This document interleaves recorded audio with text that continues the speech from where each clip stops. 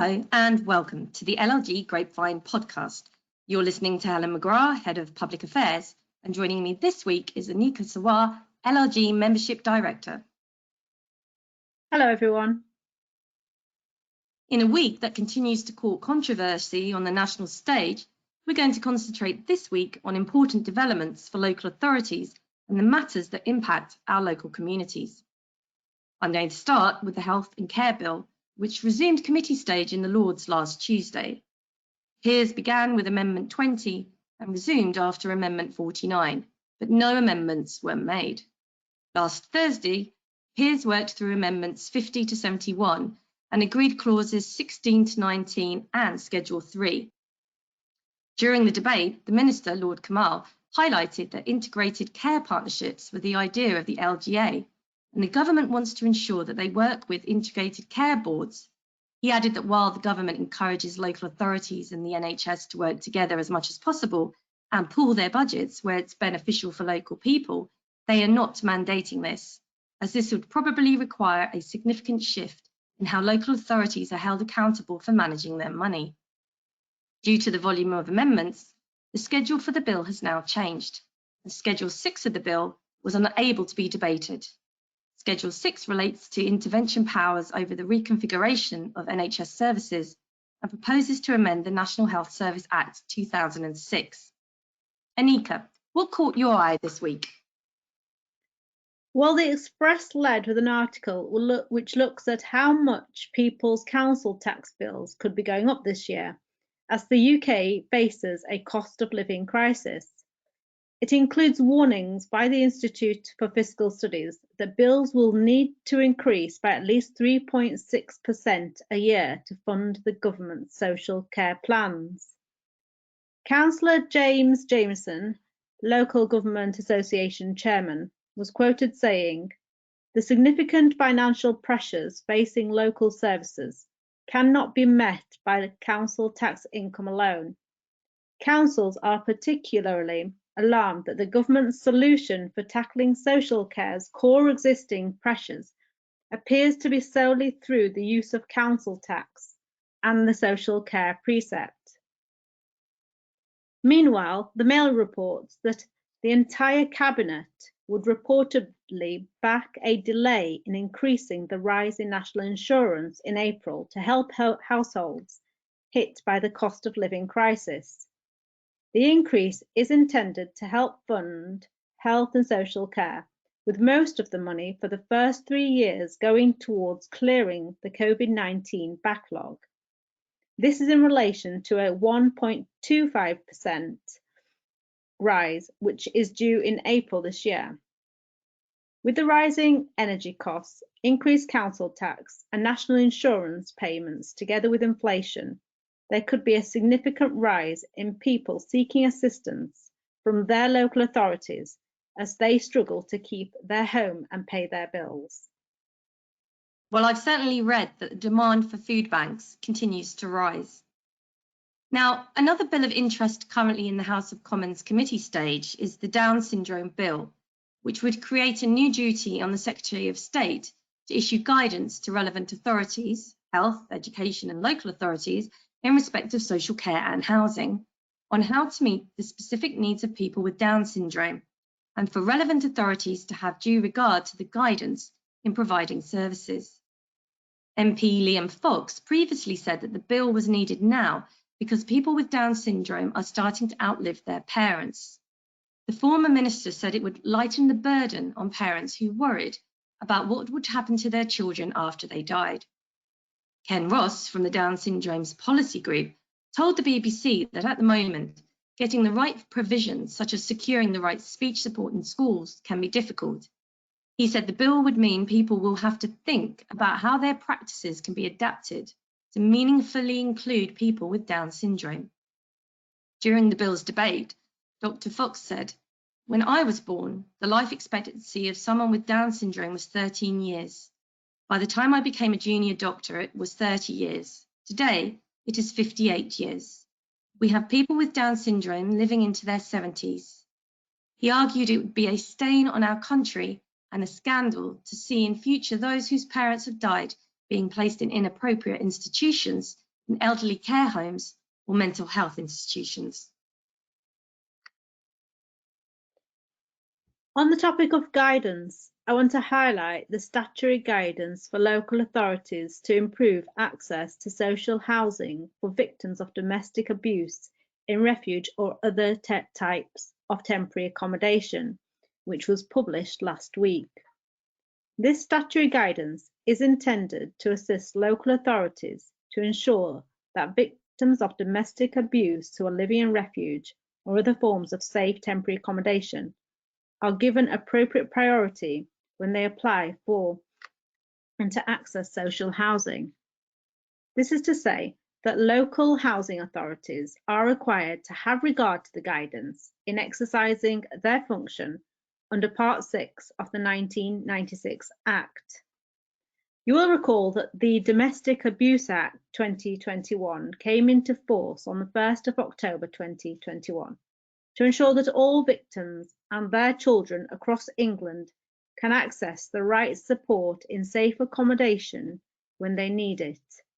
Required local authorities to set up the Domestic Abuse Local Partnership Board. Assesses the need for domestic abuse support services for all victims, prepare and publish strategies, and commission services in line with the needs identified in the strategies, and report back to the DLUHC. The purpose of the Part 6 guidance is to assist local authorities to apply the allocation legislation to ensure that victims of domestic abuse are able to move into social housing from a refuge or other form of temporary accommodation by ensuring that they have appropriate priority under the local authorities allocation scheme, and those who have fled to a refuge in another local authority area are not disadvantaged by any residency or local connection requirements. Local authorities are encouraged to review their existing allocation policies and revise them, where appropriate, in the light of this guidance as soon as possible. Now, a judge in the Family Division of the High Court has backed proposals made by the Justice Secretary for how parties seeking disclosure from HM Prison and Probation Service in public law children proceedings should approach the issue. This is set out in LRE Third Party Disclosure Order, Her Majesty's Prison and Probation Service. It determined that parties seeking disclosure from HMPPS in public law proceedings, whether they give rise to potential national security issues, as this case did, or not, should proceed in the following way. The party applying for third-party disclosure should serve the application and I'll start that again. The party applying for third-party disclosure should serve the application and order, if any, on the SSJ via the Government Legal Department. The application should, in the ordinary way, also be served on the intended recipient, which would still be the primary and obligatory point of service.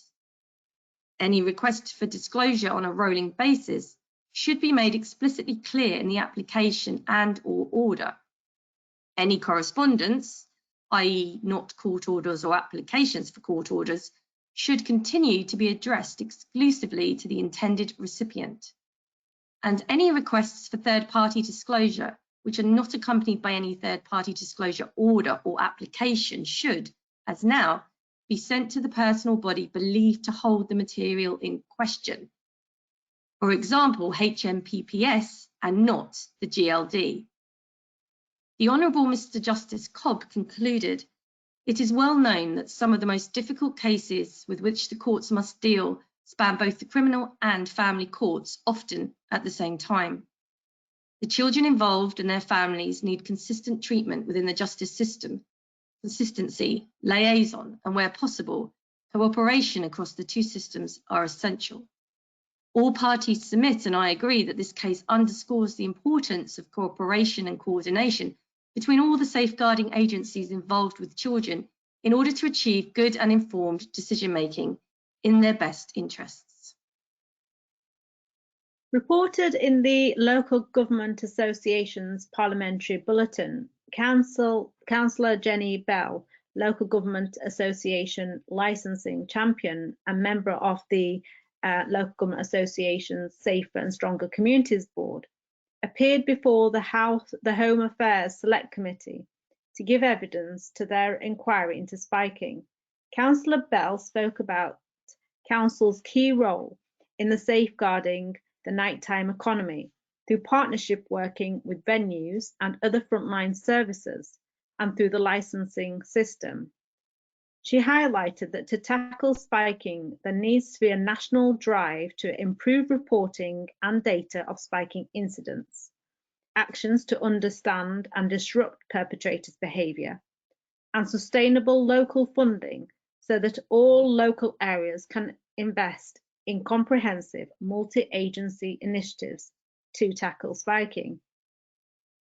According to evidence given to the Home Affairs Select Committee, there's been over 1,300 needle spiking incidents in the last 6 months, and that's estimated to represent only 25% of occurrences.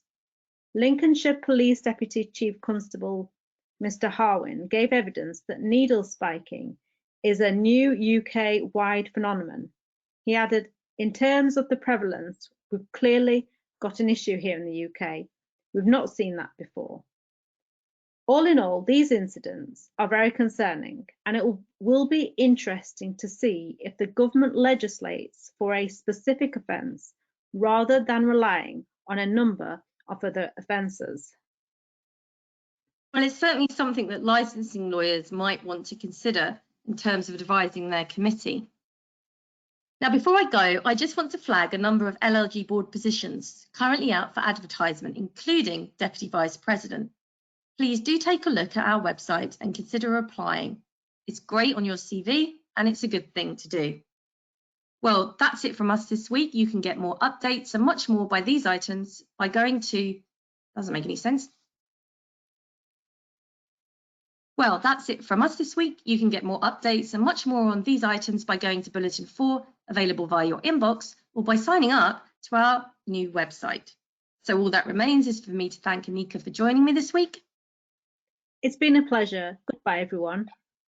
And thank you for listening. Have a good week.